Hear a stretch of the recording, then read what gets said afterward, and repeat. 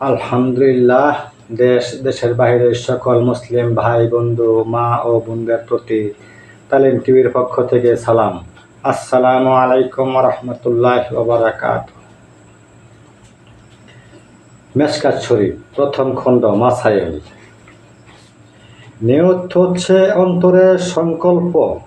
সুতরাং কোনো বিষয়ে নিয়ত করার সময় অন্তরে সংকল্প না করে শুধু মুখে উচ্চারণ করলেই চলবে না,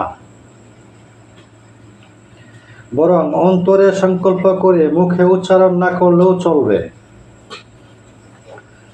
নামাজের নিয়ত মুখে উচ্চারণ করা শর্ত নয়, কেননা রাসূলুল্লাহ সাল্লাল্লাহু আলাইহি ওয়াসাল্লাম এইরূপ করেছিলেন বলে প্রমাণ নেই। সুতরাং মুখে উচ্চারণ না করার মধ্যেই রাসূলুল্লাহ সাল্লাল্লাহু আলাইহি ওয়াসাল্লাম এর ইত্তেবা রয়েছে।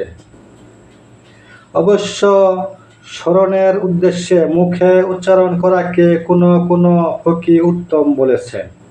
আশি আতুল লুমআত